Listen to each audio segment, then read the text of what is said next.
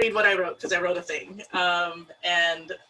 So probably might feel a little stilted, but good afternoon, everybody, and my thanks to Michael and Noelle and the entire Filipinx PowerPoint Party Group for putting together these marvelous programs over the last few months. I'm just astounded and amazed by what you guys have done, like really. And so just a little bit about where it took me 10 years to get my PhD. And when I started my academic journey, I was afraid that I couldn't find people to connect to, folks to nerd out with, a committee to buoy me through that process. And I've been extremely lucky to find Filipinx mentors in academic spaces throughout my education. And I'm excited that so many of you currently moving through your baccalaureate or your graduate programs have access to people who can help you find your feet in the work you do, with a lens that feels connected to who you are and see yourself becoming. So as Noelle said, my name is Dr. Lilian Villaraza. I use doctor for the same reason that Dr. Don Boholano Mabalon uses it. We earned it, so it's there, right? I am tenured and a professor and chair of the Philippine Studies Department at City College of San Francisco. It is a community college, and I can talk a little bit about that later. Philippine historian by trade, Filipino-American teacher by heart, and so honored to be with all of you. So I'm gonna talk a little bit about history and politics, but before I do that, I want to tell you about my department. Philippine Studies at City College of San Francisco is turning 50 this year. And we were established in the wake of the San Francisco State College strike in 1968-69. We were one of the first ethnic studies departments established at CCSF alongside African American Studies. We're the oldest Philippine Studies department in the world. UP established theirs in 1983. Yes, I looked this up. We're the only department of our kind in the US that has core faculty hired to teach Philippine Studies courses and engage in curricular and degree development specifically in Philippine Studies. And I'm not gonna lie, it's been a rough, right? Not even pre-pandemic, budget cuts, lack of enrollment, translating into classes being less offered, less classes meaning shrinking enrollment. And the cycle we've been caught in feels like we've been spiraling into oblivion. But this pandemic has provided students, faculty, counselors, and other colleagues I work with the space to rethink how we envision our department, how we can offer classes, and how we can finally develop a degree in Philippine studies, or maybe a degree in Philippine/Philippine-X studies that will be available to anybody across the country who wants to come in and like be a part of City College, right? So in other words, we're not going down with a fight. I'm a fighter, what can I say? So I share this with you as an introduction to today's topic, Filipinx history and politics. The theme and presentations that you will see and be a part of today speak to an overarching question of visibility. Philippine Studies' existence as an academic unit in the community college system of California was history making. Our sustainability and growth is always political, and our visibility is a constant struggle. We have all struggled with visibility in our own ways, whether it's a professor questioning our thesis topic of choice, discussing politics with our family members who we disagree with, or feeling some kind of way about a public figure in our community. But it is not just visibility that we need to talk about. We need to talk about cultivating empowerment and articulating agency in a constructive way. It is knowing our individual role in cultivating our collective visibility and working with those doing the same, but perhaps in different ways. It is having constructive conversations with folks who you may disagree with, offline, in real time, and before you hit tweet. Right? It is critiquing with care and not falling into that destructive pattern we all blame for the divisiveness in our community, crab mentality, which I argue has evolved into call out or cancel culture amongst Filipino Americans. Right? In this time where political actions are an integral part of this historical moment we are living through, we have a responsibility to be conscious of how we choose to engage each other and how we're holding each other accountable with recognition of our shared humanity and history. So a few questions for you to ponder as you soak up the knowledge that is about to be dropped by these amazing people who are going to be talking to you today. 1, where are we in the narratives past of these stolen lands? What are we doing to collect, articulate, and disseminate those narratives within and beyond our community? 2, how are we determining our presence in the collective present? What are we doing to break down tables and invite folks to sit, stand, or dance in a circle? Are we listening to each other, or are we talking past each other? How are we getting in our own way? And 3, what are we doing to champion the visibility of our past and present as we endeavor to create a better future for all? How are we making it accessible, understandable, and achievable for all of us, for all of those who will come after us? The democratization of knowledge and knowledge formation has excelled rapidly in the wake of this pandemic. I think about this space and wonder at all of the things that have been shared across continents and oceans over the last 8 months, the uplifting, the inspiring, the fatiguing, and the angering. We have created new spaces to share our histories and politics, navigate their intersections, and I hope open our hearts and minds to determine ways to further invite people into these conversations. Our speakers today are going to share some phenomenal work, and I look forward to thinking more deeply with you about their work and seeing how you see it inspiring and connecting to yours. Thank you.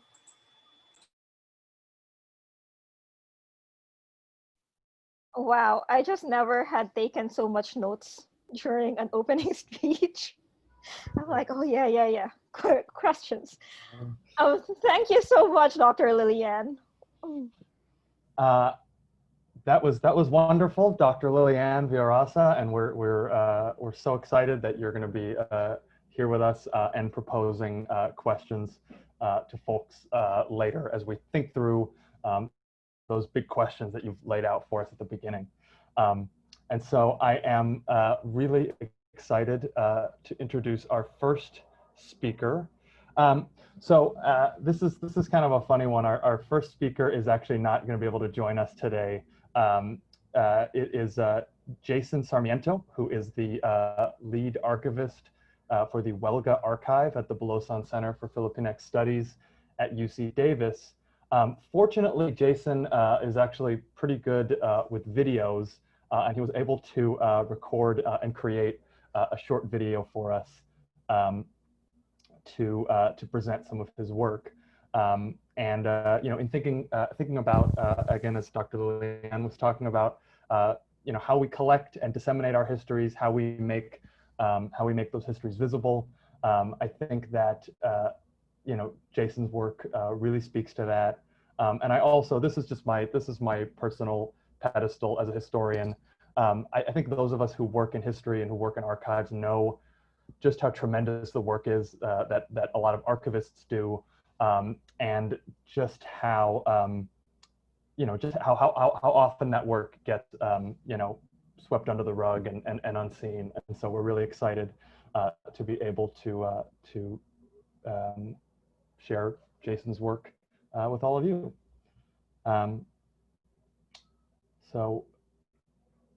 I'll share my screen.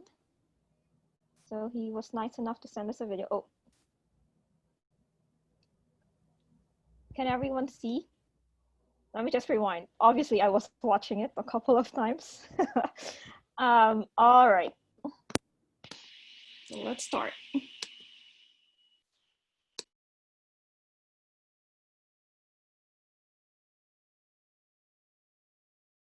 This presentation live, but I'm still glad I can talk a little bit about the Huelga Archive and its relation to the Bulosan Center and its role in preserving the Filipinx experience. For a quick professional background on myself, I have a master's in public history from Sacramento State, and I am certified with the Academy of Certified Archivists. I've also spent time as a professional researcher, so I've been on both sides of the reference desk, as a researcher and also as a librarian. Before I get to the Huelga Archive, I'd like to first acknowledge the existing Philam archives that are currently available, as the Huelga Archive is just one of the many Philam archives in the US. The most prominent is the National Pinoy Archives in Seattle, and for works on Carlos Bulosan, they're split between the University of Washington libraries and also the Bulosan Museum and Library in Binalonan, Philippines. Despite our namesake, the Bulosan Center is not the Carlos Bulosan Archive, but we do have a few items regarding Mr. Bulosan. October is also LGBT History Month, so I'd like to highlight the Archives of Sexuality and Gender, which is a collaborative project hosted on DL Primary Sources. This is a great resource, but unfortunately, you will most likely need a university email to access the archive. For a quick overview of the archive, the Huelga Archive was established in 2014 to preserve and promote Filipino farmworker and labor activism history. Huelga is a Tagalog word for strike, and we adopted the moniker to honor the overlooked monologues of the United Farm Workers and the Delano Grape Strike.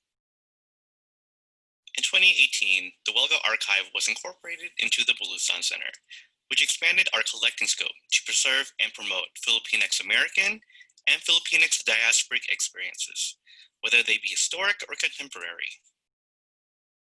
We collect and preserve our collections through various methods, with the first method being the physical donation process. To oversimplify this, it consists of 4 steps: accessioning, processing, digitization, and digital access and preservation. As some donors prefer to keep their family keepsakes within their personal circles, we created a participatory community archive program.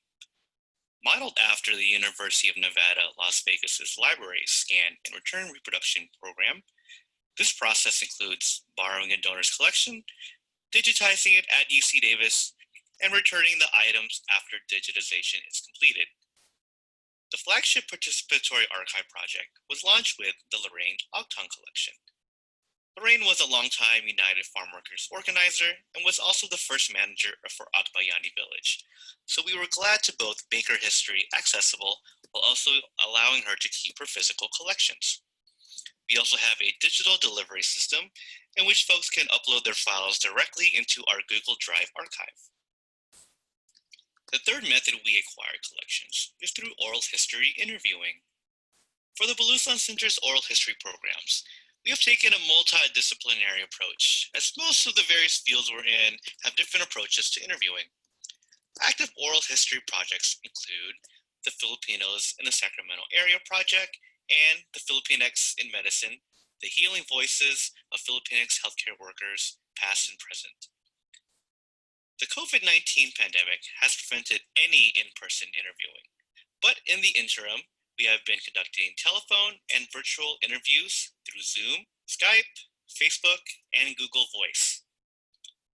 I'd like to conclude this presentation by highlighting 2 activist-centric collections that coincide with FAM 2020.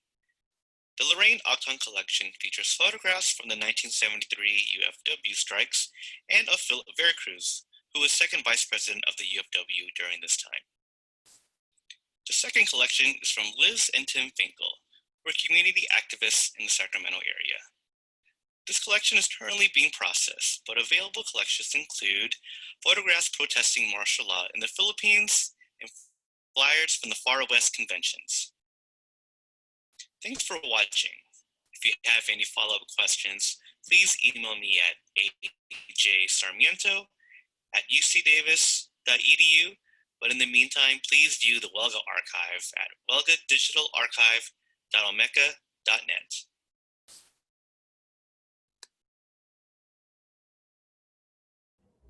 All right. All right, well, that's awesome. This is of course the downside of having having a video is we don't get to have that that dialogue. But do feel free to reach out to Jason. He stuck his email out there, and I'll stick it again in the chat. Or better yet, what better way to think about this month than to log onto the archive, go on Google Drive, and just start picking out some stuff because it's really, really incredible the collections they have. And I think it's incredible the way that they're thinking about it as this really a truly open access platform. And I'm glad he mentioned the National Pinoy Archives as well, which for those of you who don't know, the National Pinoy Archives run by the Filipino American National Historical Society in Seattle is basically the basement of a middle school. Fred and Dorothy Cordova over the years have amassed this tremendous collection, but it's really just this thing that was done, Pinoys doing it themselves, creating space for themselves, and so it's a really tremendous monument in itself, right, to Filipino American history. So feel free to get in touch with Jason and yeah, find out more. And our next presenter is also working in the in the realm of history, and we are so excited to have her. Our next presenter is Florianne Jimenez. Florianne is a PhD candidate in rhetoric and composition at University of Massachusetts at Amherst. Her research focuses on student writing under American public schooling in the Philippines. And we're so excited to have her. So Florianne, take it away. Hi, okay. Let me just share my screen.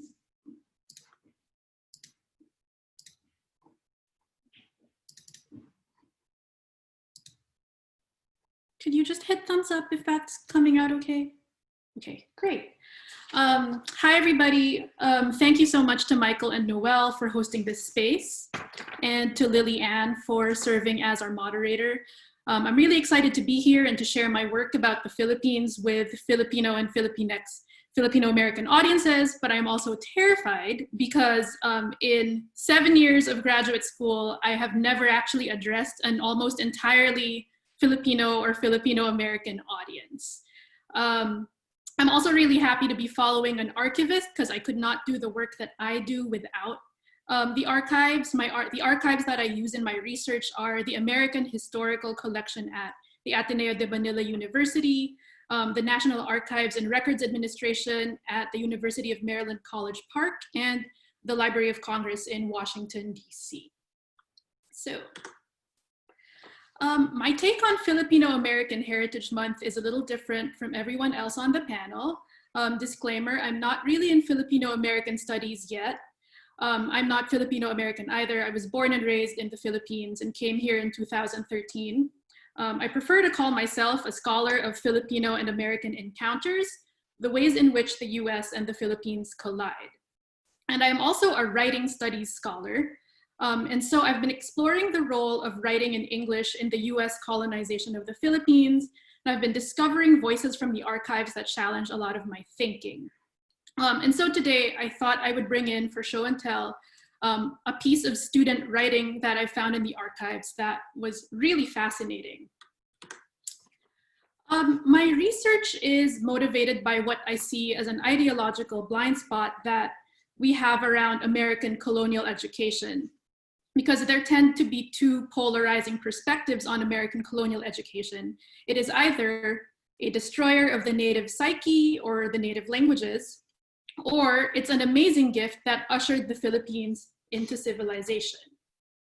Let me be clear that imperialism is and was in all its forms real bad, and education can also do great things for a lot of people. Both things can be true at the same time. But if we want to be critical about that moment when America introduced colonial public education to the Philippines, I think we deserve to look at whose voices we hear when we consider that question. And so in the scholarly research I've been reading, there's like this huge fascination with the Thomasites, the 1,000 or so American teachers who came to the Philippines at the turn of the 20th century. They are interesting in their own right, but my research actually prefers to focus on the students who were writing during that period at the center, because I think that perspective has often been silenced or spoken for. So when I talk about student writing during American colonization, I'm referring to, for example, this exchange in the letters to the editor section between a Filipino student and a very likely American expat in the pages of the Manila Times in May 1908. So just to put this exchange into context, at this time, there was a huge debate about whether Filipino education should be more industrially oriented and labor oriented, so basket weaving, sewing, embroidery, agriculture, or if there should be more of a push towards academic subjects like math, composition, science, and civics. There's a long chapter in my dissertation about two administrators that battled it out, but that's not what I'm bringing in today. So what I'm bringing in today is a short note from an anonymous Filipino student in the Manila Times who writes to the paper, which is the Manila Times, by the way, is an American-run newspaper. And he says, or he or she says, a student without money upon leaving school would immediately cast about for the occupation that would yield him the largest salary. What would it be? That of a farmhand receiving a maximum of 10 pesos per month, that of a mechanic receiving 75 centavos to 1 peso and 50 centavos per day, or that of a clerk with a minimum of 25 and a maximum of, say, 200 pesos per month. What we Filipino students wish to know is where we can get the best salaries and where there is the best opportunity for advancement and promotion. If the Times will devote more space to telling us where we can make a good living, and less to talking about the learning of trades, which, if acquired, will scarcely support a man in comfort, we'll all subscribe for the paper. So in this quote, we're hearing a student be really pragmatic about his or her educational goals. The major premise of their argument is some jobs pay more than others. This student is simply interested in training for jobs that pay more. And of course, a few days later, somebody claps back. So this is signed WHF, it's not, doesn't stand for work from home. And he or she writes, a reply to Filipino student. It seems to be the ambition of our Filipino student just to wriggle through life as a menial or subordinate cog in the great wheel of industry. He dreams of the ecstasy of roll-top desks and delusive click-click of the typewriter, while he swoons in horrible nightmares of the honest trader and tiller of the soil. Ask yourself these questions. What have I done to boast of? What have I done, or what am I now doing to raise my country from the slough of chaotic decline? Take a cursory glance through the immediate history of your own people, and then ask, who are the great men of my country?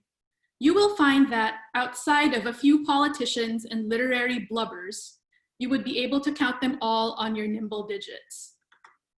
So we would advise our erudite Filipino student to dismantle his garb of egotism and throw aside, for the present at least, his prejudice to that honest toil worthy its hide. So I don't know who WHF is, but based on their use of your own people and we, it's clearly not a Filipino. And this WHF is basically saying, kids, stay in your lane. And he or she makes this specific reference to writing and literate activity, where writing represents this like luxurious privilege that Filipinos do not deserve because they're not great. The great irony of this exchange, though, is that Filipino student is also playing the role of good colonial subject when he writes into the paper, because his or her English is impeccable.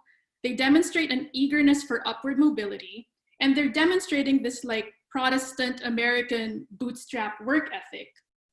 But if we step back and look at this exchange and step back even further and look at the debate around Filipino education, it's not even about what kind of education is good or bad.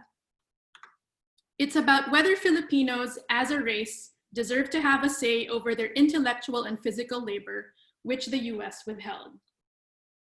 So this is just one among many instances of Filipino students writing bravely at the turn of the 20th century that I've found in my research. While I would love to keep talking and sharing, I'll have to end with a final insight on the history of American colonial education in the Philippines. We have to think about this historical legacy in a way that transcends whether or not it was progressive. As I keep learning about this historical moment, what I'm seeing more and more is that what seems like being a good colonial subject, often in writing by echoing or mimicking colonial discourse, is also a code for critique, and vice versa. And so, thank you very much, everybody, for listening. If you have questions, please email me or connect with me on Twitter. Thank you. Thank you. Wow, what an interesting document and an interesting perspective. We're actually if we'll actually take some questions right now if folks in the chat have questions for Florianne. I'm really interested in this idea. Aaron, if you have a question, you want to just throw it in the chat.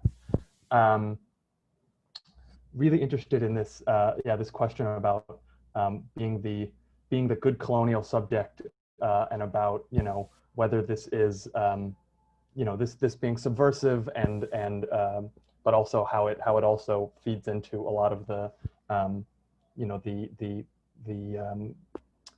hierarchies of American rule. I am and so I wanted to ask about how common is it for students to be reading newspapers? It occurs to me that it's very interesting that the writing is happening in the American newspaper. Are they creating their own newspapers as well?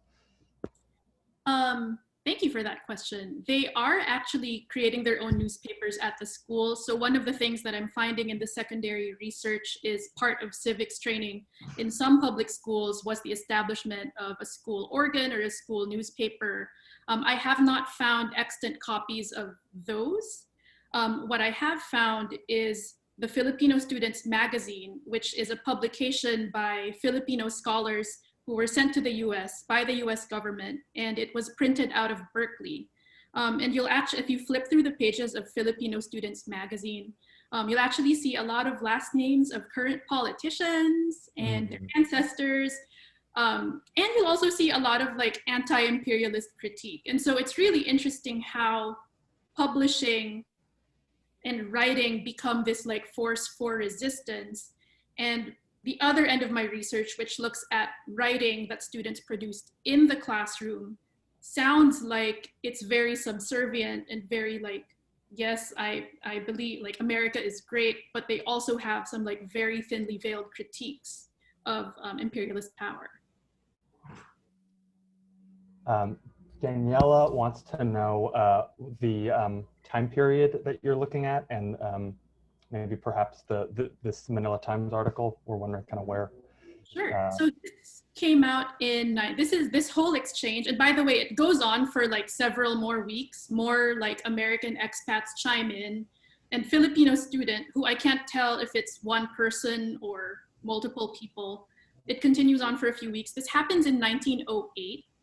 But the time period, I call it the turn of the 20th century, and the student writing that I'm looking at, because it's confined to a classroom, is from 1904 to 1907. Should I be checking the chat for questions? Oh, we have one more here from Aaron, who wants to know if you're thinking about racial capitalism in your work. I think, because we're also thinking about this question of trades and positions and things like that. For sure. There is actually a whole chapter in my dissertation about literacy and how it like adheres to vectors of power such as race and class in the Philippines. One of the most interesting things I've learned about American colonial education is the model for it was the education of people of color in the United States. So the American administrators would visit Native American boarding schools, the Tuskegee Institute, the Hampton Institute, because that was their reference for what people of color should be learning, hence the push for industrial education. So I'm definitely thinking about it and definitely aware of it. And it's definitely like, I definitely want to kind of have that history in conversation with what's happening in the Philippines. That's very cool. That's tremendous, and I think a lot of folks in history are also thinking about that kind of back and forth, and these and the cases where African American teachers are coming into the Philippines, and all kinds of stuff like that. So if we have any other. I have a question, Michael. Oh, Noelle, go ahead.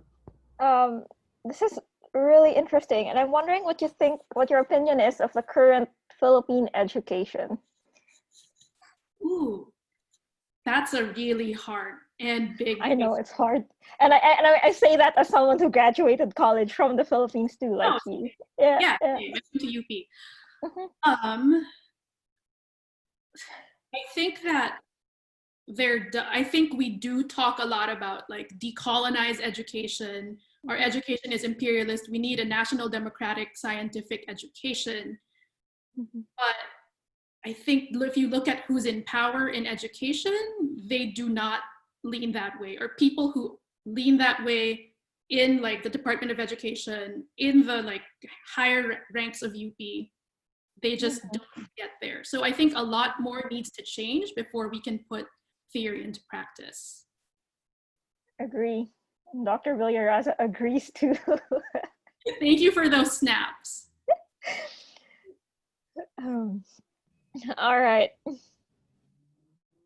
Oh, just a question. Oh, lots of questions. How are we on time, Michael? Let me see. You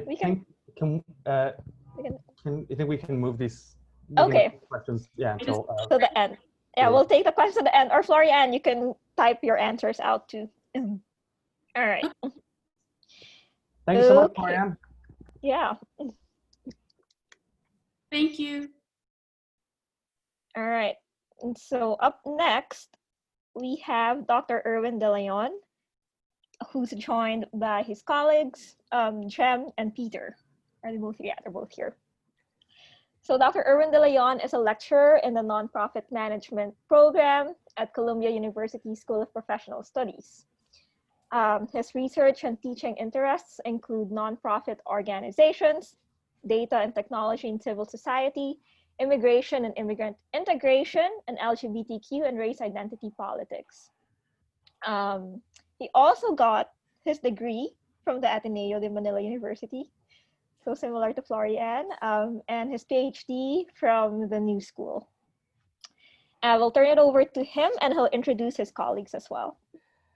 Great, thank you very much. And while Peter is putting up her slides, I just want to comment about the Philippine educational system. As someone who grew up there, we're talking about power structures that need to be changed, right? So I benefited from that, but I'm very well aware that it's such a large structural issue. But anyway, I digress.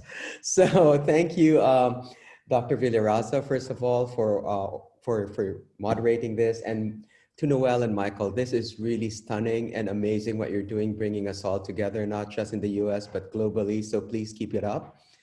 And so this project, our team includes Jem Daus. Jem, if you Google him, is an amazing Filipino-American activist and scholar. He's also a board member with FONS. I can go on and on and on. And there he is. So just Google him. And then Peter de Guzman is an up and coming, amazing Filipino-American scholar as well. So keep an eye out for him. And I'm not biased in any way. So if we could get the next slide, please. So just a little bit about our research. So that's the three of us. So the research really started when Jem and I first met ages ago, before some of you were born. Kidding, in DC. And we were basically Filipino-American activists, and just this is the time when there was still hope. This was during the advent of the Obama administration. But that being said, we both asked, like to the point earlier about what Dr. Villaraza is said about invisibility or visibility or the lack thereof. So we asked that, but our question is couched more on political participation. And Jem will say more about that, and Peter will say more about the data he's gathering. So we finished phase one. I'm sorry, Peter, if you don't mind going back to phase. So phase one, which we've completed, we interviewed 33 politically active community members. And I do want to give a shout out to Jem students at UMD, Maryland, who did participate in some of these interviews. And we were able to publish this article with politics groups and identities. And actually we'll be talking at the Western Political Science Association convening next in the spring. Thank you. Next slide, please. So we're now embarking on phase two. And so phase two, we're going to move into analyzing quantitative data. And then we will also conduct phase two of interviews. That's going to be after the presidential elections. Oh, God forbid. And then we will be publishing our findings in 2021. And we hope to launch an interactive website in 2021 where we also hope that you all will participate as a means actually of gathering data, but also, you know, getting us together and working towards our visibility. And I really think we're headed there.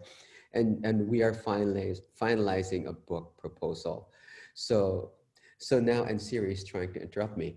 So now I'm gonna pass it on to Jem, who will find out about key phase one findings. So I'm gonna go over the what we found in the first 33 interviews. And there were 6 themes. And I should say that this is research that we're doing on our own, i.e.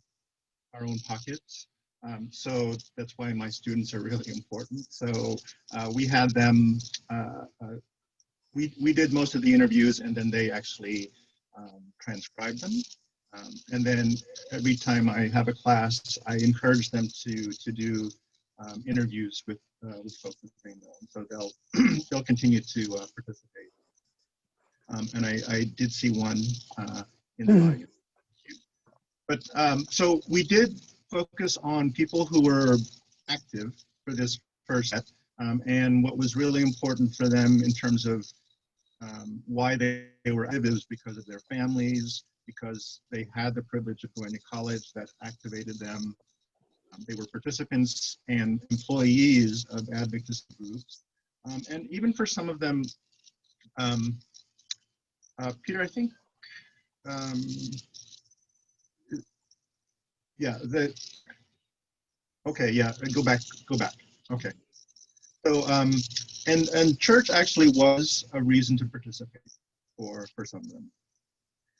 In terms of how they participate, so there are many ways to participate, voting, giving money, volunteering, and for the Filipinos that we interviewed, the main mode of participation was voting, and it was their observation as well that voting was what most people were willing to do. Why they participated, they had some personal connection, that is, they were influenced by their peers, but also by parents and elders, and also because they did see a connection between their values and participating. So I have actually pulled out a quote. You know, some of it was that they did notice that the parties were not reaching out, neither party, and so they decided to do some organizing amongst Filipinos themselves. Next.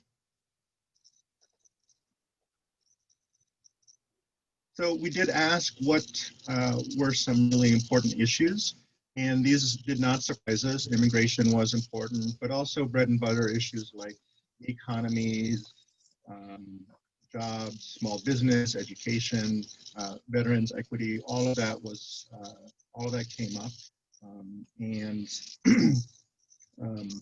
you know, so it wasn't a surprise. The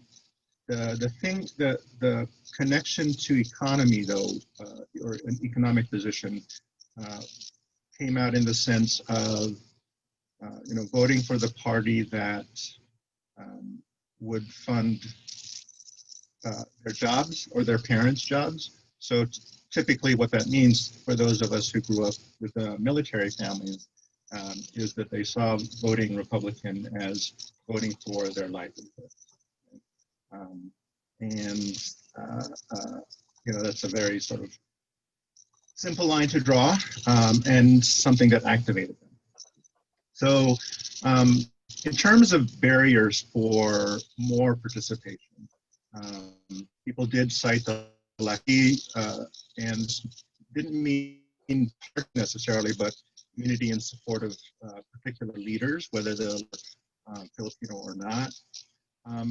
But also that politics isn't a priority, meaning that Many people are much more interested in, caring for their families or,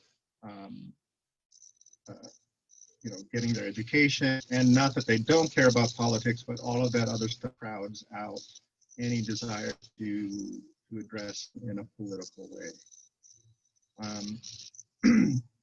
We did get some comments about it in terms of, for those who are familiar with politics in the Philippines, there was some projection of Philippine politics, the style of politics, onto the U.S., meaning that they didn't see politics as a good thing in the Philippines, and they weren't going to see it as a good thing in the U.S. either.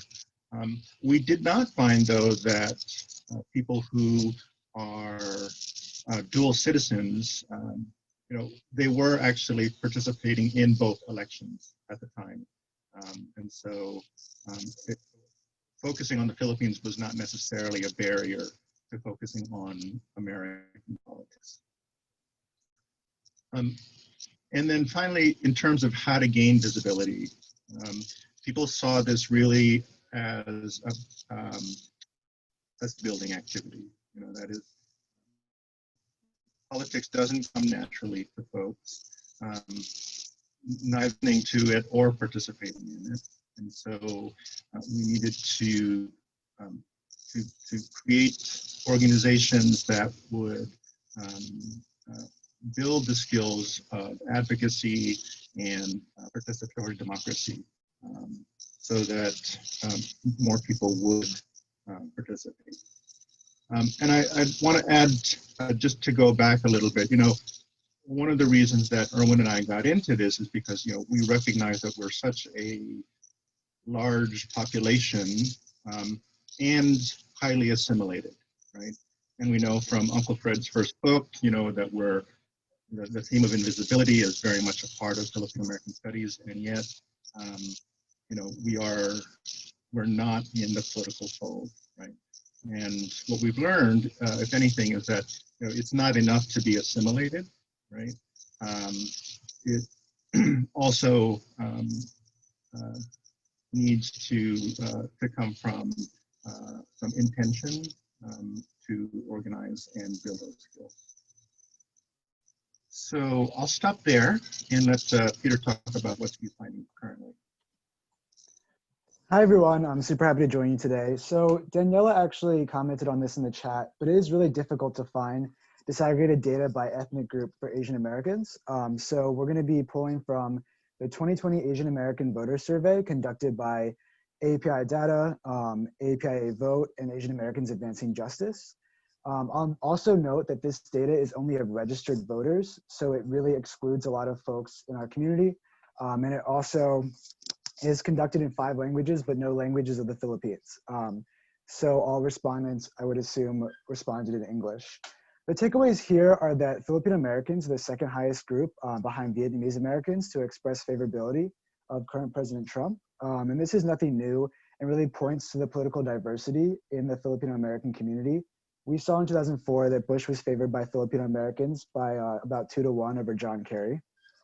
And we're also seeing that Filipino Americans are the ethnic group in this survey that expressed the highest enthusiasm towards voting this year, and also the 3rd highest group in terms of participating in protest or demonstration. On this slide, respondents were asked who would they vote for if the election were held today, and we saw that Filipino Americans were the 2nd highest again to indicate that they would vote for President Trump.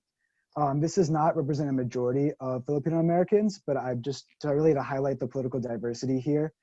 Yesterday, Professor Anthony Ocampo published an article about attending a Filipinos for Trump rally, and there's been some news coverage about, what is driving this? Because often when people think of Asian Americans, they think of leaning Democrat. And we see some salient issues such as immigration.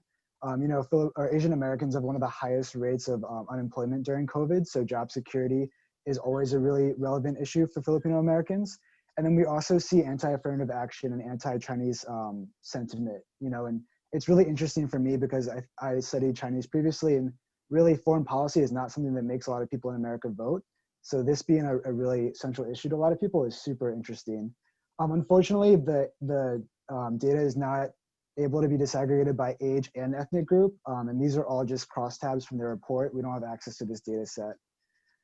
We also know, as we mentioned from the qualitative interviews, from the 2020 data, we know that Filipino Americans are contacted less by both Democrats and Republicans than even other ethnic groups that are smaller. So definitely something that we're gonna explore more moving forward, looking into after the 2020 election, because there's so many themes here that continue to be really relevant. And as we think about, as people said, education, income, the different issues that are motivating people to vote, and then other ways people can participate if they're not eligible to vote. So I'm gonna open it up for questions or pass it back to our host, pending time. Thank you. Thank you, Jem, Erwin, and Peter.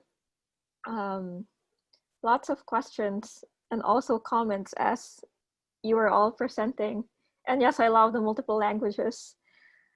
I'm gonna scroll up to the top. Well, just a lot of interesting comments about the age and first, second generation, which is also something I'm very curious about. And also, this is my question. What are the most salient issues for the Filipino-American voting bloc for this year's election in general? Is it the same from the national issues of healthcare and economy? Yeah, if I'll just make a comment first about just the reality of survey data, right? So it's very difficult to capture for a number of reasons, from just identifying Filipino Americans, number one. Number two, just the fact that our own community, you have to distinguish between first generation, second generation, and 1.5, as somebody pointed out in the chat. So there's so many variables. And as a mixed methodologist, I always tell my students that I prefer mixed methods because quantitative or stats will only tell you the relationship between two variables, but not the entire story. And that's why it's very important for us as well to do a lot of this qualitative data gathering. So anyway, I didn't mean to be, I go into lecture mode. But Jem, did you want to just talk about the issues and what you're hearing on the ground around that? We don't have anything. I don't think we can say anything authoritatively about what's motivating Filipinos. 20. I mean, 2016, it just seemed to be the same issues: healthcare, immigration, jobs, and you know, the immigration issue. I would say that's really something that folks who are active that they prioritize. I'm not sure actually that that's something that sort of the general Filipino prioritizes. And my reason for saying that is as someone who has done organizing on the Hill, you know, whenever issues come up that affect Filipino immigration, it's very difficult to organize Filipinos, whether it's TSP, the temporary protected status after, for example, Typhoon Haiyan, or even with the veterans, getting Filipino veterans, their relatives moved up in line. You know, those are real issues that come up, but for those of us who try and organize communities around it, it's really pulling teeth. So I don't know if it actually moves up motivation. All right. Someone had this question, Jibril, I'm probably not saying that correctly, but he's curious about the correlation / projection of Filipino politics onto American politics. And I think you did mention that people who are dual citizens are able to categorize that where they're participatory in both. Is there anything borne out in the data that you have found? Oh, anything else interested in that? Go ahead, John. Remember a comment was made in one of the interviews, or maybe two of the interviews, that, you know, in the Philippines, the politician pays you, and you pay the politician. So, you know, and I grew up here, so I haven't witnessed that, but for the people that we interviewed, that was something that they saw as a reason that people weren't going to bother to participate here. And I just actually want to just 2 comments on that as well. I don't think, if I understand Jibril's question exactly, so it's hard to really see if there's a correlation or direct, much less causation, but I don't think that, in terms of concerns about the Philippines being projected into American politics, when it came to veterans issues, of course, but not as much as you'd think. And if ever one thing, and this is just my opinion, and so let me be very clear about that. One concern I have is that there's nothing wrong with being concerned about, politics or what's happening in the country. But my concern with, at least with first-gen Americans, in particular Filipinos, is that they tend to spend more time on issues that have to do with the Philippines and don't seem to be aware or care about the implications on their own lives by not politically participating here. I know I could probably get into trouble with that, but it's just something that frankly bothers me, because there seems to be more concern with what's going on there when people don't realize that what we do or choose not to do here have implications for our taxes, for our children, and everything. So I'm not saying we don't help out in the Philippines or look back there, but sometimes people forget. So anyway, I'm gonna get down my soapbox now, and people can email me or control me or can cancel me if they want. They can Thank add you. you at Twitter. So I add something to that. So I see this question here about younger Filipinos. I mean, we did try and look at that. Our sample was pretty, I think like 40 was the median age in terms of our interviews. But there are. So what I've observed is that for the Filipinos who do get elected, there does seem to be more Republicans proportionately, meaning there's Republicans, Democrats of those who are elected versus those of us who just vote. And I'm not sure why that is. It could be that because they just don't, they participate sort of not leading with their identity. I'm not sure. But when I look at it from the national level, the congressman from Ohio, Steve Austria, Republican, and several other people who ran in the midterms and in 2016. So, and there are Filipinos in the current administration who I would say are my age or younger. So there are conservative. Leave it at that. American born. Huh. Let's see. Another question.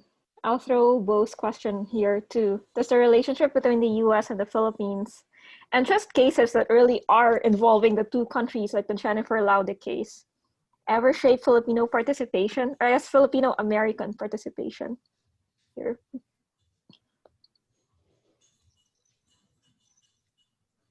Jam, Sorry, anything from Again, fans or? yeah. What was the question? Like issues that are both relevant for the Philippines and the United States because it concerns them both, like the Jennifer Laude case. Does that shape Filipino-American participation here, or their perspectives on politics about America's role in the Philippines currently? If I may, I actually think that depends on whether or not they're engaged in more progressive organizations like Malaya, like Anakbayan, etc. Those are folks who are involved in those conversations. But when we look at the broad, Filipino American community, Yep. No, I would agree with that. And props to those organizations, because there actually is a bill to stop federal funding of the VFA and things like that, which in my estimation will never happen. But at least they got a bill, so that was that's a win for advocacy on that level. I'm just going to make a comment about the Jennifer Laude case because, I'm now in touch thanks to Zoom with my buddies, my fellow Atenistas from way back. And we were the ones who were rallying, against Marcos and all that. What fascinates me is that when I brought up, like, what do you all think about what's happening in Jennifer Laude? Cricket sounds. I actually had to raise again, is it even in the news there? What? Oh, right, we heard about that. So I think this also has to do around issues around LGBTQ and, you know, trans rights. So particularly for my friends, so these are perfectly fine people, good people, but also good Catholics. So I don't know how that plays. So anyway, but it's just, so it's not just Philams here. It's also back in the Philippines, right? Anyway, talk about intersection. There's a lot of intersectionality when it comes to our community, right? From race to colorism, there were some comments around here. So it's that, it just adds to our wonderful, complicated selves. That's a great point, actually. Yeah, about the Jennifer Laude case and Filipinos in the Philippines, awareness and activism around it. All right, I'll move us along. If you have any more questions for the three speakers, feel free to drop them in the chat, and also we can go back to them later. All right, so for our final speaker, I have the honor of introducing Daniela Pila, who just recently got an interview for a tenure track position and is currently writing her dissertation in sociology. I actually met Daniela because she interviewed me for her dissertation, I think, in the prep across from the Graduate Center, maybe like 2 years ago. But for today, she will be talking about theorizing the legal status fluidity, how Filipinos navigate immigration pathways. Take it away. I'm not allowed to confirm or deny what Noelle said, so I'm just gonna let you reach your own conclusions there. Okay, can you guys see that? Good. Okay. Let's see. All right. So I won't go too much into the theory just because we don't have all day long. But I'll talk about my general question is, how do immigrants stay documented and how do they become undocumented? So that's kind of the premise of my research. So if you think about legal status, people talk about legal status in the literature as if there's only two. It's undocumented and you're a US citizen. And most of the literature reflects this. It's either, you know, the educational attainment of US citizen Filipino American children, or it's undocumented folks. I mean, even then it's like, you can't really find that much. So I'm basically, if you look at the arrow, but in reality, as we all know, there's a lot more nuances about legal status, and that it's not static, right? That it's Daniela, so sorry to interrupt. I just want to make sure that you know that we are seeing your speaker view, but that's perfectly okay with us. Okay, great. Yeah, that's fine. Carrie, go on. Yeah, I only have a one monitor screen, so I'm used to like 3, and I'm like, I need a crutch. Okay, so that's fine. So if you think about legal status as pathways, oh, maybe I should use the, okay, there. Is that better? Okay. So I'm looking at this arrow. So if you think of the arrow as the movement between legal status. And I'm not going to talk about it too much, but what I am going to point out is that utilizing Filipino immigrants, Filipino Americans also to an extent utilize the historical relationship between the US, the receiving country, and the Philippines. And there's a lot of worker, you know, just because of a history of labor migration, teachers, doctors, nurses, to some extent engineers, but it wasn't that long. But there's a lot of neocolonialism that happens, and what, how we came to the United States. It's not all necessary, but that was a big one that I found in my research, especially English, kind of talking about Bo's thing. It's a lot of the English language. They specifically geared their English language ability in order to remain documented. So blah, blah, blah, blah, blah. These are my interviewees. Again, I'm just gonna go through these, but the ends for quantitative people, the ends for my data is in the parentheses. So I interviewed 20 US citizens, 13, blah, blah, blah.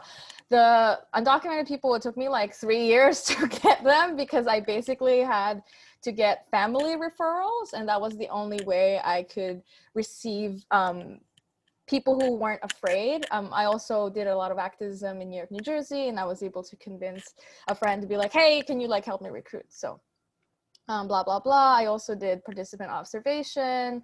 I also visited the Filipino detainees in a detention center. So that was really interesting. I can talk about it more in the Q&A. The language was really important because as I mentioned, finding undocumented TNTs was extremely difficult. So speaking Bisaya was really crucial. I actually interviewed, I think almost more than I think 4 or 5 of them spoke Bisaya, and they were really happy I spoke Bisaya, and that was the only reason why they chose to speak to me about their legal status and immigration experience. I went through legal status changes myself, so the red is the one that after, now I'm a naturalized US citizen, but when I was interviewing, collecting data, I had all these transitions. So I'm just gonna go through the findings. So the first group I'll be talking about is the family-based petitions. So you would think that family-based petition, oh, you're gonna get legal status. But as many of us know, that because of the inefficiencies of the US immigration system, it can take anywhere from a year to 23 years. So the range of my data is, I think it's the average waiting time was 8.3 years. So people had to wait an average, I don't remember the median, but it was a long time, and the range was from 0 to 23 years. And this was dependent on the closeness of the familial relationship. So for example, if it was a parent, you would be within about a year or so. You could probably get, depending on the pathway that you use, if you use an H-1B, or if you came as a permanent resident, a US citizen, blah, blah, blah.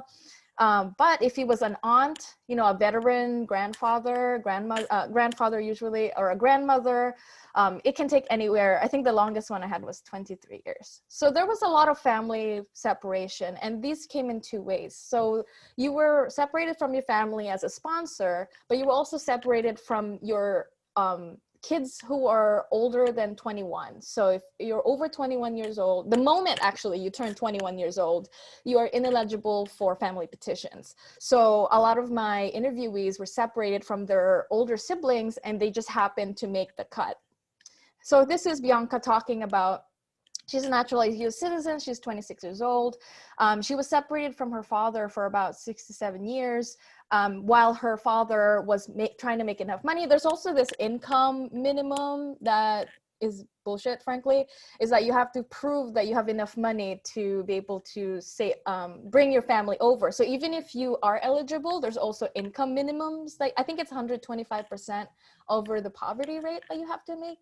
So so if you're already, not upper middle class Filipino who's migrating, it's very difficult for lower class Filipinos to migrate, because especially if you have a big family, Catholic family, it's like 4 of us. And even at family reunification, this did not resolve the childhood feelings of abandonment and resentment. So Bianca, this happened to Bianca, she's 26 at the time of the interview. She was 10 years old, I believe. Yeah, she was like 10, and she's talking to me. She's like, almost, she's really, her body language is just showing that she's very angry and resentful. So even family reunification does not resolve these decades long of separation. The second group I'll be talking about is the marriage migrants. So it was really interesting. I spoke to marriage migrant men. So they came to the US because of their wives, heterosexual. I think DOMA was already struck down, but my sample was just all heterosexual couples, cisgender couples. And then I also had marriage migrants who are women. And so the women emphasized their, so I'll give an example. Her name's Gina. She's like 20 something years old. She invited me into her house for the interview. So I go in her house, and she immediately starts showing me, without prompting, she just starts showing me all the wedding photos. Oh, we got married 3 times. This is our wedding in blah, blah, blah. This is our wedding in blah, blah, blah. And she starts showing me the wedding invitations as if I was some kind of immigration officer, like proving that like I really love my husband. And she does this continually during the interview. She says, of course not. The reason why we were in a relationship is because we love each other. And she, at multiple points in the government section, from, applying for the marriage license, from telling her friends that they're going to get married, from naturalized, applying for legal status through her marriage, there's constant messages of your relationship isn't authentic, it's based on acquiring legal status. And meanwhile, the male migrants were like, they barely talked about their spouses. I mean, it was really weird because I'm like, hello, I'm talking about legal status and migration.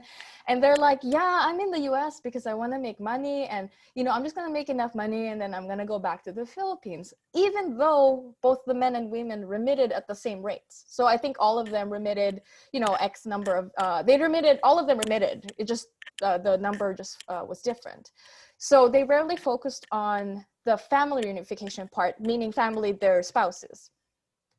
Oh, and I'd like to also like to mention the males married Filipino American women only, so U.S. citizens through birth, and then the women tended to marry interracially with the white men. And finally, the fluidity through education and employment. So when, you know, Trump talks about like, oh, like everyone, like, you know, you just build yourself from your bootstraps. These are the immigrant groups that, this is the group that we're talking about, is that they are, you know, top of class, like they were upper middle class in the Philippines. They came here, get H-1B visas, like golden, great. And Bianca is like classic case of she's incredible, like she deserves to immigrate.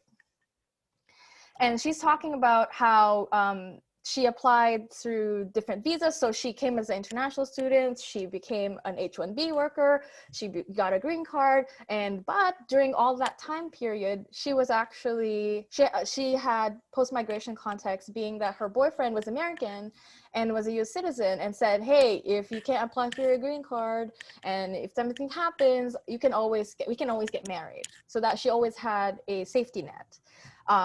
But she wasn't happy with it, but she, you know, she had that safety net. So even though this, and notably also, these are legally fluid women, the legally fluid men all left the United States at the time of the interview, as of data collection. So, because they said, many of them said that, I can make more money in Europe, Europe's easier, I can get my MBA in Europe. And so they just decided to leave the US altogether. And the women, and there's definitely like gendered migration happening there, is that they're able to utilize, you know, the neo-colonial relationship with the US and the Philippines.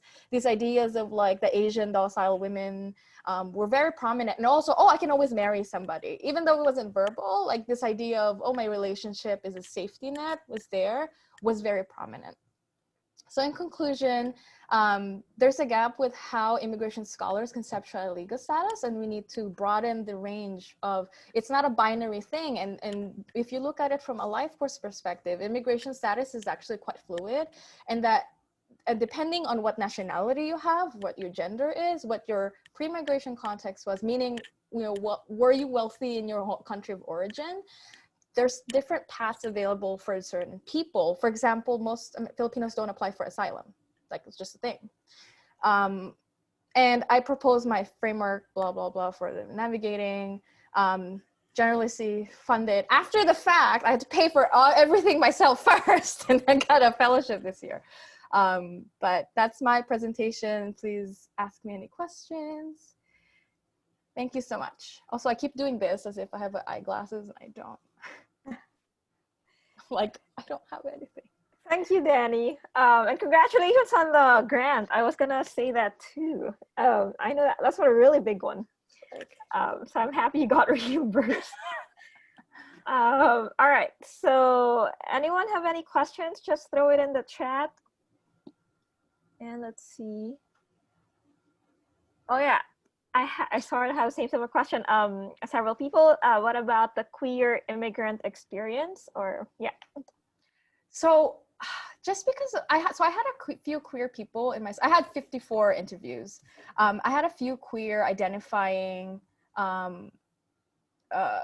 respondents, but it just wasn't the center of their immigration. So it depended. So if they were Filipino Americans, US citizen, they just talked about, oh, it's really hard to be, like, I'm thinking about a queer man. He was like, oh, it's hard to really be queer because of Catholicism in Filipino culture. But it wasn't really, like, it didn't really affect their legal status because they were US citizens. And I was primarily, I need like a separate paper on that because I have a lot of stuff on that. It's just that I don't, like, I just don't have I haven't analyzed it yet. So sorry about that. but they were there.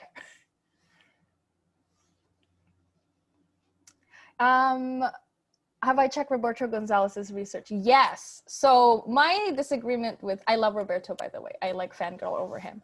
But the problem with his liminality of immigration status is he makes the argument that it's a master status and that legal status defines everything, your experience. And my argument with that is it's assuming everyone undocumented is Latino. This is a huge thing also within the immigration literature, that like undocumented means Latino. And Asian Americans are the fastest growing undocumented population. It's like 1 in 10 of every undocumented Asians. Filipinos are the 3rd largest undocumented group. Chinese and Koreans, I can't remember which ones. I think it's Koreans and then it's Chinese. Or maybe Chinese because just the you know how big they are, but the population is. Oh, Is there anything? yeah, About? I think, yep, you can read it. Oh, so that was really, so the detainees that I visited, I actually did activism research for like 4 years, and then because I'm stupid, I was like, I'll just change my dissertation topic. So like all that data is like useless. That's how I have contacts with the New York, New Jersey, Filipino American activists. But they were there for drug charges, and they were really unusual because they were the only, like, I think there were 3 at one point that we were visiting, and we were organizing around Christmas time, and we wanted to make sure that, because you know, Christmas, so we would visit them around the holidays. So we would make sure for like 2 weeks before the holidays, someone was there. They were all there on drug charges. And one of them was picked up randomly at a bus station.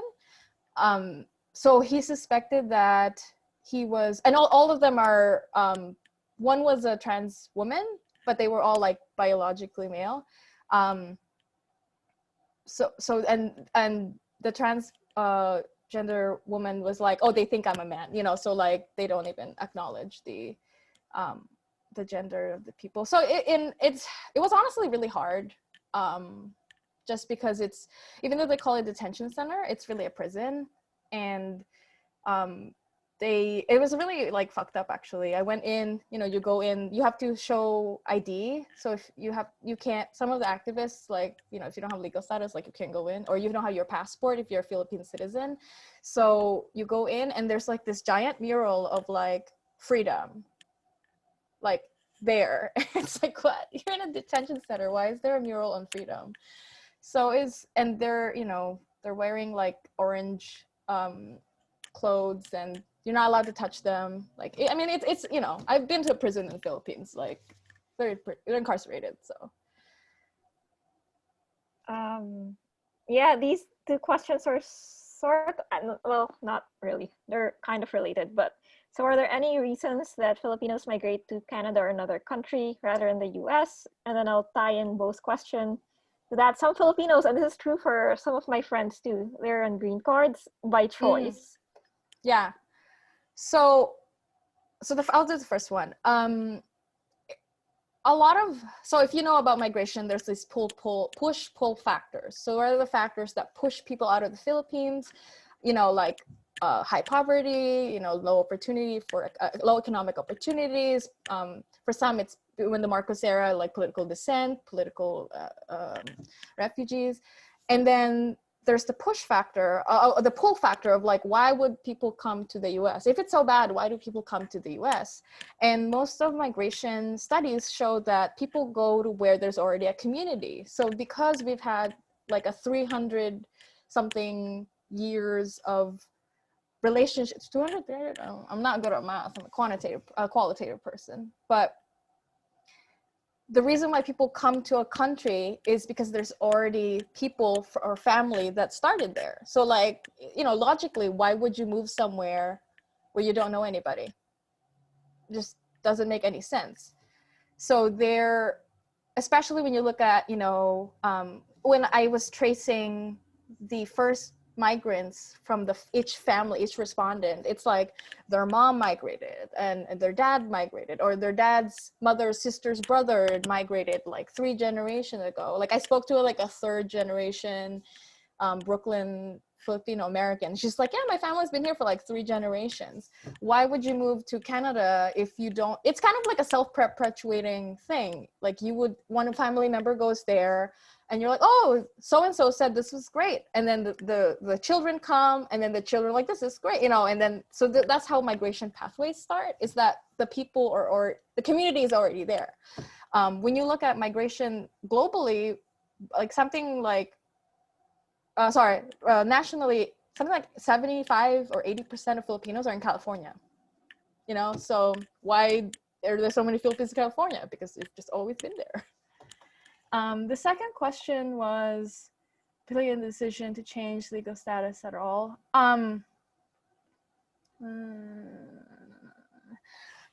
So for me, I actually aged out of my family's petition. So my mom came as a H-1B, and I was in college and I was turning 21. So I changed into an international student visa because, you know, we were literate. I mean, I'm not saying that to be demeaning. Have you read immigration law? It's very confusing. So my mom was like, oh, if you don't change your status before you're 21, you're gonna be undocumented. Like there's no way we can sponsor you. So I actually changed into an F1 status to remain legally. And I actually went into graduate school because I was like, well, you know, I need to stay in the United States and I didn't want to come back. My sister aged out of our petition. So I didn't want that same experience for my parents. Like, you know, I didn't want 2 children left behind in the Philippines. So I was like, I'm gonna be a good student. I just like stayed in school forever, literally. So I went into grad school. A PhD, I actually chose a PhD because I was like, I could renew forever. Like I can just like never leave school. And, you know, and then I met my husband and that's how I was able to naturalize. But even within academia, there's different ways of getting sponsored. So if I hadn't met my husband, I could have applied for like it's like a exceptional EB1 visa because I'm an academic and I published. So it's just, I think, honestly, I don't think it's about sentimentality as much as practicality and opportunities and luck. A lot of it is luck. And also, it's really expensive to naturalize. Like, I mean, I joke all the time how I'm not a cheap person because it's like it's so expensive to naturalize in the United States. It's like I think it was like $4,000 or something. I don't even remember. Like, so I think some of that is just because it's so expensive. People don't naturalize because it's so expensive. Yeah, and to Raymond's point, I think it is doubling. Yeah, it's crazy. Okay, but I'm actually going to turn it back over to Dr. Villaraza for just a broader Q&A, and then we'll start closing out the session. This was fantastic. Can I just say, I'm just like, yes. Sorry. Super nerd out today. So just real quick, I was, Jason's work, amazing. If folks are still digging for stuff, the Newberry Library in Chicago has a bunch of stuff. University of Michigan, University of Wisconsin-Madison, Berkeley, stole a lot of crap because Barrows worked there, just saying. So don't mind that. Florianne, I think your material, I'm just on edge because I actually looked at newspapers for my dissertation research and I was looking at plays. And I argue that writing was a force of resistance across the Philippine Revolutionary period because they were using newspapers to articulate these things. And I looked at plays, right? Theatrical plays, and theatrical plays were, for folks who were not literate, those were their newspapers. So I thought that was a real interesting kind of thing that you were talking about. And the point, the quote that you showed us, where it said, telling the Filipino student was saying, tell us where we can make a good living. I thought it was interesting when you said, you know, this is, it's on the surface, it sounds like they're asking, it's like, well, tell us, like, you know, we want to know, right? But on the other side of that, the way they articulated themselves, it's almost it's like they were taunting them. It's like, look, I can actually speak better English than you, right? And I thought that was actually very interesting. with Erwin, Jem, and Peter, I just, my mind is just blown, particularly when we think about where we are right now. And I think that there's, for me, what I've always thought about is the question of loyalty and how Filipinos tend to remain within the parties that they came or they started with when they immigrated here. So my parents came here in the 70s. They were diehard Republicans, Reagan Republicans, and everything. Turned them during Clinton. I'm just saying. But you know, so now they're. My mom actually yells at titas about Trump, but that's another story. Like it's fascinating to me how there are families who are just like, oh well, I don't know. I'll just vote how I have always voted. So it's not, I wonder if it's apathy or laziness. And I hate to say that in that way, but you know, and I've always wondered about, well, how many Filipinos are actually voting down ballot? You know, that's a big question for me. Danielle, I'm just, sorry, my head is about to explode. You know, I thought that, you know, the idea of one of the many things that I kind of took out of what you were talking about was the idea of language, and that being kind of a space where people are trying to prove not their citizenship, but their belonging in the United States, right? And I talk about this in my own immigration history classes. It's that question between citizenship, which is a policy and there's paperwork and documentation, and belonging, and that becomes a feeling. I'm more of a kind of humanitarian historian, not a social science historian, but you know, I think that I wonder about you know, the sentimentality of this process. So I'm sorry, that was just, and I don't know if there are actually questions there, but I found all of your presentations absolutely fascinating, and I am looking forward to seeing where this goes. And if anybody would like to respond to the chaos that I just put forth, please feel free.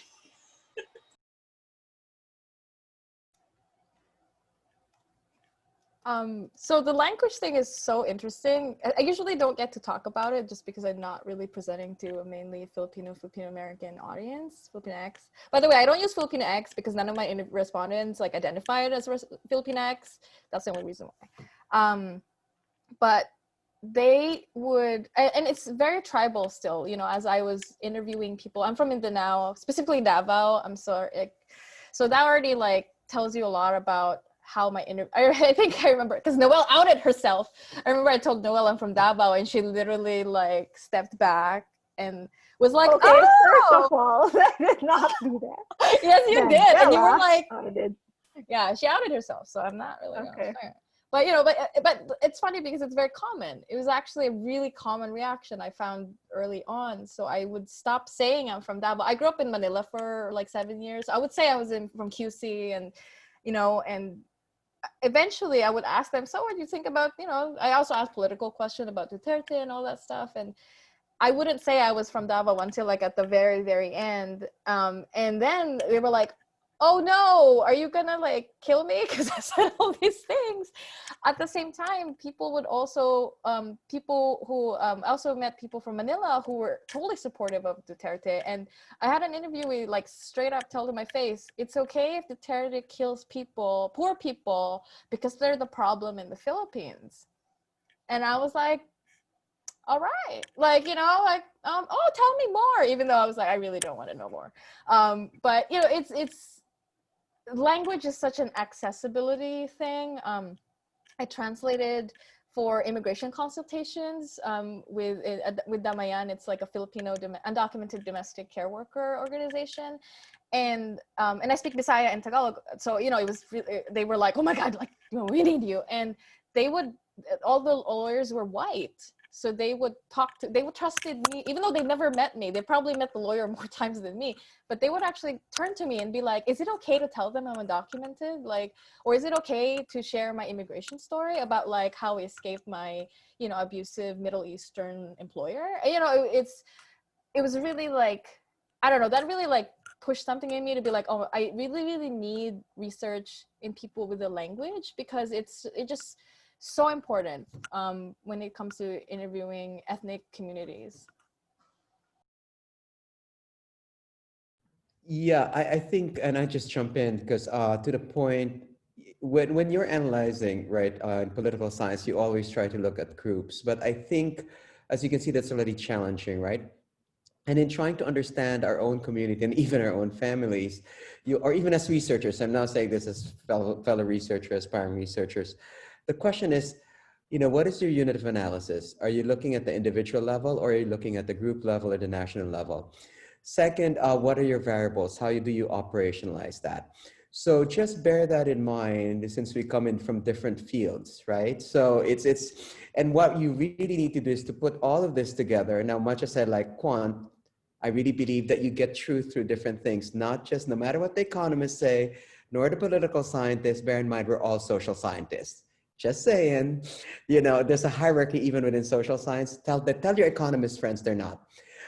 They're not the, but my point, and I have economist friends, by the way, but the point is, it's really hard to understand our community because of individual differences and regional differences, right? Like this whole, and even my own identity as an immigrant, as a cis gay man, but also I'm half Ilonggo, I'm half Tagalog. I went to a bougie school, but I question all that. So it's a bit complicated, right? So even understanding why are our titos or titas like that, I think it has a function of age. Definitely, religion has to do with it. But I really think part of it, just like any other group, so there's not just Filipino American, there's a lot of people just really not being critical about what they, about things. And and I think that's true for everything that's going on right now. And I always tell my students, it's very important to have critical analysis. And I think that's what Liliane started with, right? It's sort of, let's not just default to black or white, but even question that, right? So, and that's why I encourage people, I'm like, listen, if you really believe that, but I see that in my own family, even with, some family members, my brother, who are, supposedly educated and all that. And what happened to critical thinking? What happened to truth? Right? So anyway, I will end it at that. But if you all have any questions, please feel free to reach out to any of us. But thank you. I'd love to jump in on a point really quick. Professor Villaraza mentioned, is the question apathy or access? And like my day job is working on youth voting, youth political participation. So there we definitely say it's not apathy, it is access. And I think that people are doing this work around language access and stuff, but really just to tie in with something that ended this week this is why the census is so important, because part of the Voting Rights Act requires jurisdictions to provide different language access for ballots. So that's one thing, is even if you have areas like the South, for example, is an area that has the highest growth in Asian Americans, you might have a really significant population, but you still don't have those mandated materials. And if they're not mandated, people aren't just going to make them. There's not enough funding to make those. So it's really important. So I definitely think that this question of apathy versus access needs to be explored. And we put a lot there about Republican versus Democrat, but I think what we're really seeing this year across identities in America is really about participation versus who's not participating. And there's structural reasons why that happens, but it's really about who's being called in to participate. So just really interesting things to think about, especially this year. Or even the word Filipino, like when you look at historically, it meant a Spaniard living in the Philippines. Like the country of Philippines was not, like it's like a bunch of tribes really. Like it wasn't a cohesive unit prior to the Spanish colonization. So I think even like I know some people that are like, I'm not Filipino. I'm, you know what I mean? Like they identify by the region. Like they don't even want to say they're Filipino, or they're like, I'm not Pinoy, which was so interesting. And I asked like, I definitely noticed this with the lower class respondents. Like they were like, I'm not Filipino. Like I'm from this region of the Philippines and that region. So or their town. They would actually say their town name. Versus the label Filipino. So it's just like, it's very difficult to do research on Filipinos when we can't even agree, or like people are like, Filipino Chinese aren't real Filipinos. It's like, where they've been, what are you talking about? I actually talked to my student. The first question I ask my students is, or a point I make in my Philippine history classes, one of my observations is that Filipinos don't become Filipino until they leave. And then they're like, okay, yeah, I'm Filipino, because it's too hard to say, well, I'm actually from the town of Bao and Camarines Sur, and so I'm Bicolano, but I'm actually Baoeño.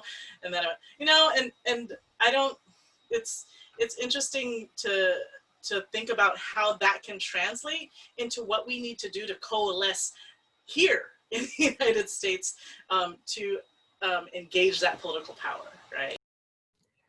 And if I could just respond, my own work with nonprofit organizations, that is a challenge, right? Because even our professional and our social organizations, it's all the Boholanos this, the Ilocanos this, the Waray.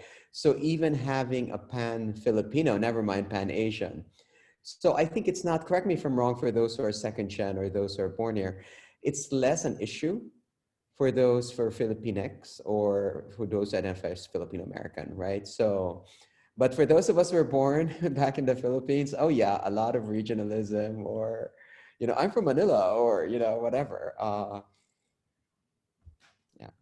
And so just as the sole humanist on the panel, so I have a very different sort of methodological lens from the rest of my panelists. What I'm seeing in the student writing, just to take it back over 100 years, is how quickly these students come to identify as Filipino. As Danny pointed out earlier, the term Filipino was actually used to refer to Spaniards born in the Philippines. But you see, as quickly as 1904 to 1907, students are calling themselves Filipino in their writing in newspapers, but also when they're writing compositions in English for their American teachers while they're trying to learn the language. They're suddenly accounting for this national story. And the regional, actually, in my archival research, never comes up. And it's such a fascinating process to see that.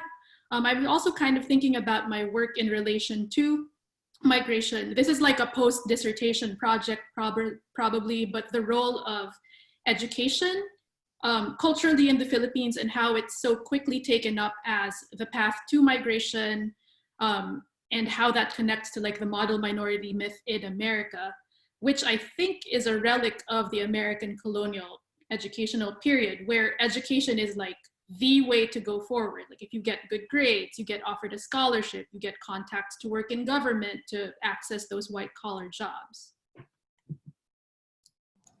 I think, Such a great point. Yeah. Sorry, I'm what? But I was also gonna say, a lot of literature on Filipinos have an assimilationist perspective of we, of all Asian Americans, we've reached parity with whites in terms of income. The traditional measurements of assimilation are home ownership, English language fluency, income, and marriage. So when you look at all those four, Filipinos are the highest rates of interracial marriage. Home ownership is parity in metropolitan areas, at least. When you look at income parity, totally between all the Filipino nurses and doctors, it's we've reached parity with whites, and with in terms of English fluency because of colonialism. So I think it's such an assimilationist perspective, even if you're studying anything within Yeah, you're right, Daniela, but I'd say Jem and I are having long discussions about this. But I think, yeah, by all those measures, we might think so. Yeah. But I'll remind my own family members and other Filipinos, we're brown. We will never be white. And I think for a lot of Filipinos and other immigrant groups, there's always this aspirational quality. We aspire to be white, i.e. those who colonized us, those who brought us here. And I'd actually say the whole point behind decolonization, and no, we don't need to aspire for that. But rather, I think our model, we need to show the country that we're in right now in the world that let's get rid of that, right? Let's not even measure ourselves, although of course that has implications for jobs, I get that. But I think there's this big need for our people to just get over it. Yeah. We are not white. No matter Spanish. How good our English is. No, please don't get me started about I'm half Spanish, Japanese, whatever. Fuck no. You're fucking Filipino. Sorry, I really know. I'm just letting it go because I am so tired. And I say this because I had that coming here. I had that, but totally. I had to decolonize my own mind. And it took me 30 years. And that's a typical immigrant path, I think, for now, maybe I'm generalizing, but where you come to a country and you want nothing more than to be, right? Whoever that is, basically the white person. So if you're someone from the Caribbean going to London or the UK, same dynamic. But if you're in a country long enough, you realize you will never be white. And for my own personal path, back to the humanist perspective, where I suddenly embraced like, no, I will never be that. And it's liberating, right? So. So that is really interesting. I'm so interested in the way that these comments and these dialogues are actually really in conversation with each other, right? Because here we are, this group of Filipino Philam academics, right, who are now educated, many of us, right, in the university system, and here we are, trying to break down, right, the very dynamics of assimilation and these power dynamics. And it occurs to me that it's not altogether, right, that different than these Filipino students under colonization, right, who are challenging the very education system and the values that that are coming up. And so that's why I'm really glad that we had this discussion today, and that we were able to bring in folks from different groups and to have this conversation about what is Filipino American History Month? What is Filipino? And we have had these really interesting dualities and divergences that we've discussed, right? Filipinos in the having very different experiences in the in the American political sphere, having all kinds of different experiences in the immigration system, and then starting to think through the ways that a lot of our institutions, including the education system, and a lot of these institutions have kind of shaped the political moment that we're in now. And so with that, we wanted to say that I think we're wrapping up, everyone. So we want to thank everyone for coming. This was really tremendous. We really appreciate everyone coming to support. And thanks for everyone who has donated to the virtual tip jar, raise some money for some folks. Yeah, we do these every 3 months. So our next one should be in January. What is 3 months from now? How does any of this work? Yeah, we're so excited. Thank you to all of our presenters and to all of you for coming today. And just one last thing, this recording will be up on our YouTube channel. So every time you want to revisit conversations, you can listen away while you lay in bed at night. Thank you, everyone. Have a wonderful rest of your weekend. And I really hope we'll see you all next week. Or not next week, sorry, next time. All right. We're doing one next week. Dribril is the Filipinx PowerPoint party. That's the YouTube channel. We'll send out an email. Yeah. Yeah, we'll send out an email with all of our info. So thank you all so much. Thank you.